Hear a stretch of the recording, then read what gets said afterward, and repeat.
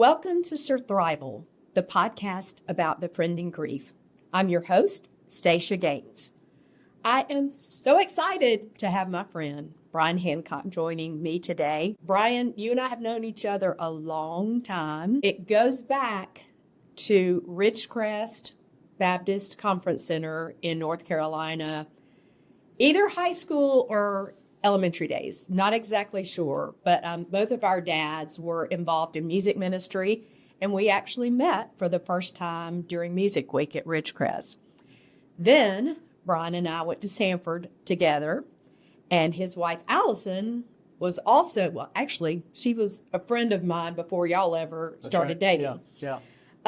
You knew both of us, as did many people, but we separately did not met until our senior year. So Bryan is one of the owners, but he's the founder of Timberchase Financial Group, and he is a certified financial planner. And that is important because Bryan helped my husband and me deal with some financial debt. And so Bryan and I had a financial relationship. And then after Matt died, I said, I remember composing an email, and I was sitting in my office at work and said, "Hey, Bryan, after I get all my stuff together, could we meet?" And immediately he wrote back and he said, "I've got a better idea. What if we meet and I help you get your stuff together?" I'm like, and that is a part of my story that is a provision of God, because I just pulled all the stuff together and I met with Bryan, and he was so patient, and he helped me take all the stuff, all the to-do list, and gave me a prioritized list. One of the things I specifically remember is, don't worry about your Social Security benefits because it's going to be $255 and it's not worth the energy right now. And then he told me what to do first. So we're going to talk about that today, because from the very beginning, when I started a podcast, I thought I need to help people who have lost someone, especially a spouse, figure out what to do. It's an education, and most of us are not prepared for that. So I already had Bryan on my list before I even had a podcast, and then maybe 2 or 3 episodes in, he said, "Hey, if you ever want me to come on, I am happy to come on." And so today, it's finally happening. Yeah. Yes. That's kind of how I know Bryan. Bryan's been a dear friend for years. But I want Bryan to tell you a little bit more about himself, family, story of origin, all the things. Okay. Married to Allison for 36 years. As Stacia said, a lot of people knew both of us at Sanford, and we didn't know each other until our senior year. Started dating then. We have 4 children, 3 grandchildren. One is just 3 days old, actually 7 days old. Got to meet her yesterday for the very first time. Yay! And grew up in a lot of different places. My dad was a music minister, and so as goes with that, in the 70s and 80s, there were several moves, including to 2 stints, I call it a tour of duty, in South Korea as missionaries. Came back to the U.S., finished high school here, went to Sanford, married Allison. We have 4 children, 3 grandchildren. When I was in college, I wanted to be a financial planner, but the industry had not evolved enough toward the style of the way that we do things now. And so we are a fee-only firm, which means we don't sell any products, we don't get any commissions. Most of the financial advice industry is based on distribution of products. And that wasn't really attractive to me at the time, so I went a different route. But in the summer of '99, made a decision to switch from the career that I was in to where I am now. We moved back to Birmingham, started in 2004, so been open this is our 22nd year, and here we are. And Bryan, I distinctly remember you and I having a conversation about, did you want to launch your own business? That's right, yeah. And then about 2.5 years ago, I was struggling with that same thing and having that conversation That's right. with you about, do I want to start my own business? I think you said, don't do it. Yes, yeah. Yeah, I do tell people don't do it unless you're compelled to do it. And Yeah. I was compelled, you were compelled. Yeah. And, once you kind of get that compulsion, you just can't stop. And Yeah. So Yeah. I burned a lot of bridges to get here. Yeah, I know one of your rules is typically you tell folks who've lost their spouse, don't make any major decisions or changes the first year. That's right. And that's probably the only one I broke. But again, I felt that the Lord was telling me to do this. So Yeah. I put his word above yours. Yeah. Okay. So be it. Yeah. All right. do with Well, that? I really want you to talk about two things today. You were extremely helpful to me after Matt's death with figuring out what to do first. But I thought we would start first with what are things that people need to do in preparation for the inevitable eventual death of their spouse. Because I think one of the things is I think there can be preventive surthrival. Sure. And we've talked about that with a lot of different topics. So let's start with, okay, you're not grieving right now. But what are things that people need to do to prepare their financial systems and portfolios so that if and when one of them dies, they're in a better place Right. to kind of carry forward? Right. Well, the baseline advice for every family is to have an estate plan. And Okay. But that is not, sometimes that's sort of misunderstood because a lot of people, first of all, it's kind of like going to the dentist. Nobody ever really wants to go get this done. Mm-hmm. It gets put off. And so a lot of people think the estate plan is I'm going to get a will and then I'm done with the process. But for any family, especially if there's any financial complexity, really the will is just the start of the estate plan. And every family is completely different as to what all they need to do. The will is just really the starting point. And what we really encourage people to do is every time there is a family change or a significant financial change, do a complete review of that estate plan. Okay. And for some people, that might just be a will, a medical directive, and a power of attorney. Yeah, because when you say estate plan to me, I think person with millions of dollars who has all these assets, but you're talking about like your home is your asset and your car is your asset. That's right. And Your stuff. Your stuff. Your pension, your IRAs. And so people who don't have an estate plan, the state of Alabama and the federal government have written an estate plan for you already that once, if you die, if you have not said exactly how you want everything to flow, the government controls how that's done. And they make it really difficult to get from point A to point B. Do you want to follow the government's estate plan for you and for your heirs to have a difficult time of it? Or do you want to follow your estate plan and it be easy on your heirs? And so that's what estate planning really is. So for somebody with millions of dollars, it might be a very complex situation. For a family with no complexity and not much money, it might be really simple, but it still really needs to be done. The fact of the matter is, a lot of people just won't do it until there's a crisis. Yeah. And we don't want to think about death. we don't want to think about death. It almost feels like kind of taboo It is. to put a plan in place because, I don't know, it just feels taboo. But if you think about it, if I drop off, do I love the people that will be left here on the earth enough to make things easy for them? Or do I want to leave things a mess for them? Now, some people actually prefer that. Really? Hey, I'm going to be pushing up acorns. I don't really care.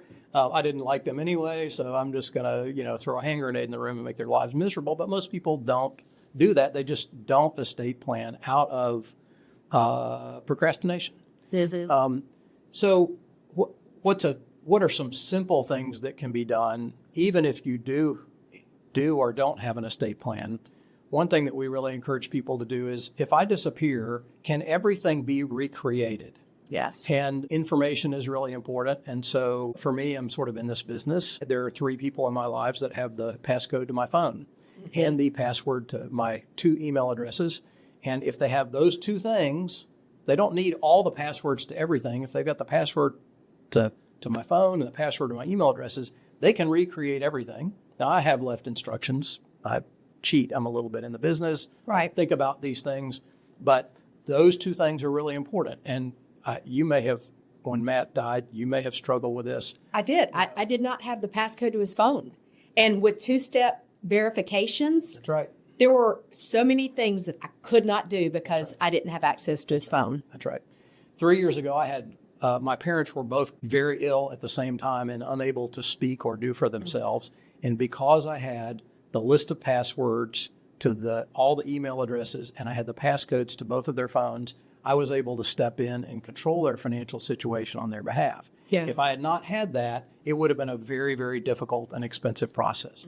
So it's just an act of love, really, to the people that will be here after we're gone to have an estate plan and to do not really fancy things, but just do some really simple things. And everybody's estate plan is really different. You might have heard that if you have 1 foot in a bucket of hot coals and another foot in a bucket of ice, you're on average comfortable. And that applies to anything related to financial planning.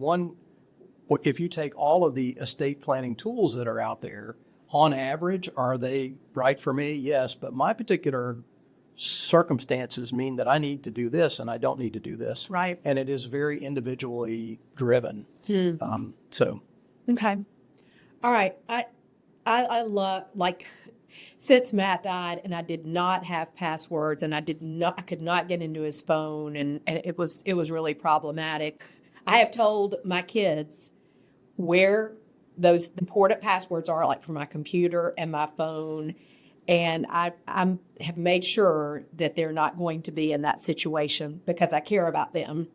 And I don't care if it sounds morbid to them or not, because I know what it's like to be grieving the loss of someone and then not be able to take care of stuff. Yeah. And sometimes it's a difficult conversation. Pretty commonly we'll hear of someone having an initial conversation with their adult child about these things and the child just going, I really don't want to talk about this at all. And having a negative emotional response. Right. But it's the prudent and responsible thing to do. Okay, great. Anything else prior to, like with bank accounts or your investments or anything else related to before death? To bank accounts and investments, a lot of estate planning is getting the titling on your accounts correct. Okay. There's not a blanket, everybody should do this. Okay. One family, they might need to do just exactly this, and another family, they don't need to do that at all. And in fact, the more net worth you have and the more complexity, the more the default rules kind of go out the window, and it sort of takes a thoughtful process to make sure that everything is done correctly. I will say we very commonly see people do an internet search, or come up with, I thought this was going to happen, but because they didn't have all of the information, it actually might create a tragic situation for the family. The most tragic situations from an estate planning standpoint come after there is a significant change in any family situation and it wasn't reviewed. The most common is a divorce or the death of a spouse and then a remarriage. And then at the new marriage, no estate planning is done on either side. Oh, yeah. Sometimes it can really create a generational ripple effect of not only financial complexity, but also poor relationships into the future, planting seeds of discontent and distrust and anger into the next generation that doesn't go away in 2 or 3 or 4 years or right when somebody dies, but it actually shows up at Thanksgiving dinner 50 years from now. This is how families sometimes don't get along. And so estate planning, to me, is not only legal and financial, but it's also a way for me to help my children and my grandchildren and their children have great relationships with each other. So what I hear is find a financial planner that is knowledgeable and one that you trust as being really key. But I think financial planners, maybe in the 80s, 90s, maybe it's just my age, in the 80s and 90s, they kind of got this reputation as being kind of like used car salesmen. It's like, Sure. oh, give me your money and let me do some things with your money. That's right. But and the industry, and there are some of those. we yes, still have that yeah. somewhat of a deserved reputation in the financial advice industry. It has improved drastically as the decades have gone by, but that is still Yeah, but to somewhat of a find problem. somebody that's really good at what they do and that you can trust, I mean, it's like, you want your doctor to be good and you want to have trust with them and you want to be aligned. Financial planners, that's their gifting and that's the professional service they offer you. So even if you have a fee, it's worth it because they know what they're doing. So I think we're going to get to this, but we have several things that we tell new widows pretty commonly in almost every first meeting. But one of those is find somebody that you can trust. And it doesn't have to be the right professional. It might take you some time to find the right professional, but you likely know someone who will speak truth to you, who doesn't have a financial interest or an ulterior motive. So really commonly in the family or the friend network, there is one person that you can go to and you say, will you help me be a voice of reason and potentially a second opinion while we walk through this? So when we meet with widows for the first time, commonly they're here alone, but also very commonly they bring that person with them that they have a trusting relationship with, who sits and listens as a level of accountability and comfort for the person who is dealing with what they, most of the time, what she did not expect to ever have to deal with at this particular age. Yeah. My son-in-law Tucker has been that for me in a lot of cases. That's right. Yeah. Just somebody I trust, who I know has my best interest at heart, who has a lot of common sense, level head, understands finance and business. So Tucker's that person. Shout out, Tucker. You're amazing. Yeah. Great, Tucker. Good job. All right. Let's talk about some of the other things. I know the thing that you did for me that was most helpful was, Bryan, you said, bring me all of the paperwork, your bank statements, your investments, like bring it all to me and let's make a list of what you need to do, but let's put it in priority order. That's right. That was so huge because when your spouse dies, at least for me, you know that there's so many things that need to happen. And yet you're in the midst of just devastating grief. That's right. And in my case, listeners, you know that it was unexpected. So I'm dealing with this trauma and I'm dealing with this grief. And then you have all these decisions to make. So to have somebody that can sit down and say, okay, let's make a list of those things and then calmly share with you the list of what needs to be done. But more importantly, the priority order. That's right. So talk about kind of that list and some of the things that you share with people of what things need to be done in what order. Well, the priority list is different for everyone because it depends on the circumstances, but the priority list is sort of valuable because it tells you what you don't have to do. Right. And so when you're in a difficult situation and there are 100 options, yes, it's easy to get log jammed into being overwhelmed with having to do all of these. Of note, in many marriages, this is not the case for all. Don't anybody go sideways with me on gender roles, but in most situations, the husband is the one who is fluent and interested and sort of runs the money, and the wife is not. Now, I grew up in a family that was the opposite of that. My mom is linear and logical and balanced the checkbook, and I'm so thankful that she did because my dad was the opposite. He only cared about the outcome of money, but the process of money was just not really his gift. He was a musician and was trying to care for people. Right. So the priority list is, hey, there are 100 things that you've thought of. Here are 2 or 3 things that you need to focus on. Here are 97 that you can just probably ignore for a year. And sometimes the process is just it's helpful to a widow or a widower or anybody who's going through a traumatic situation to have permission to ignor those things. Yeah, it was very empowering to say, don't worry about Social Security and don't even worry about taxes right now. Don't worry about it. Tax situation changes significantly when one spouse dies, but let's say it's January, you have a long runway of tax planning that you can do. If it's December the 20th, you don't have time to deal with it anyway. So just it's go going to on about your be business. joint, whatever. And That's right. Yeah. So we have generally 5 things that we tell widows or anybody who's kind of going through a traumatic situation. The first one is a reduced risk. Right.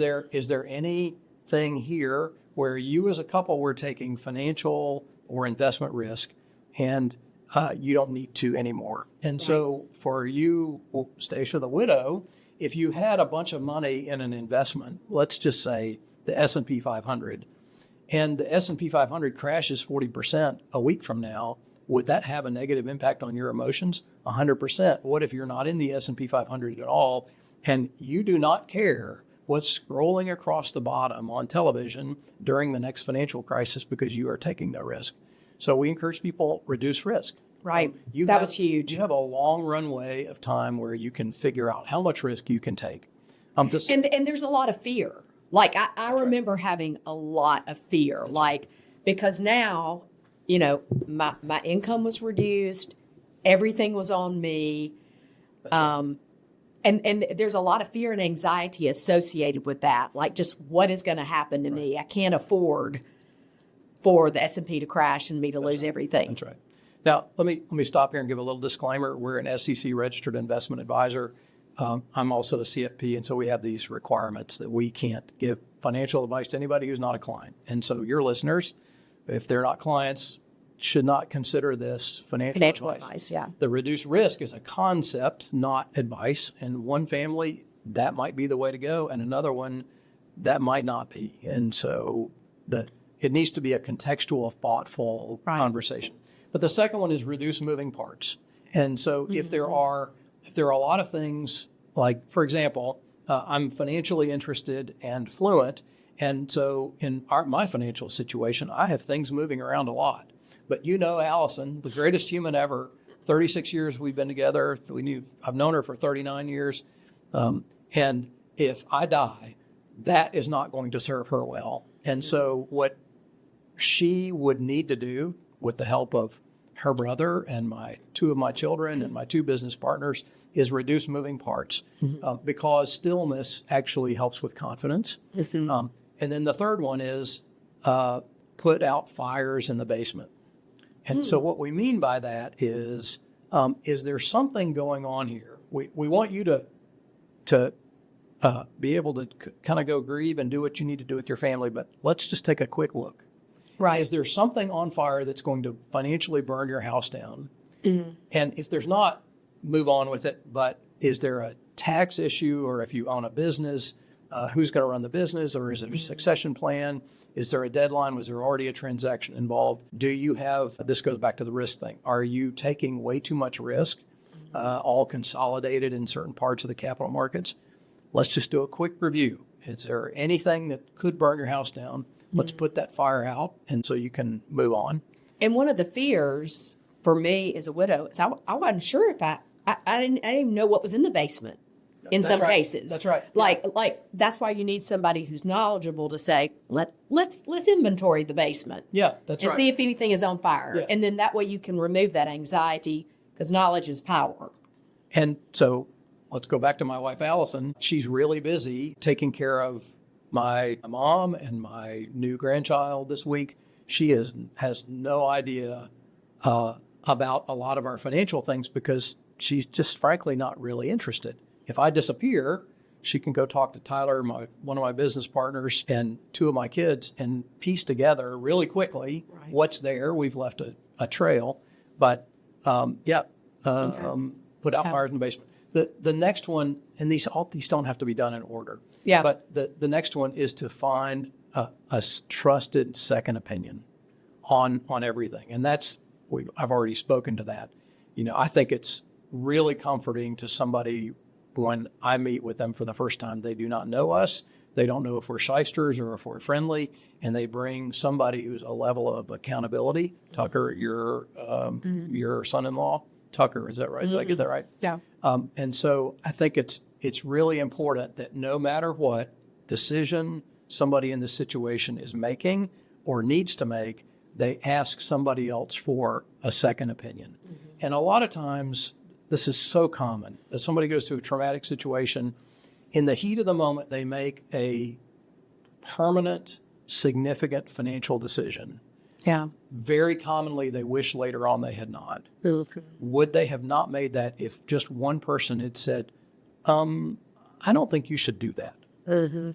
How many times do we have people who nudge us, just a little nudge, to give us pause to break the cycle that we're in, and we get a better outcome? The second opinion is huge for somebody. And Bryan, for people who are in the midst of grief, it's even worse.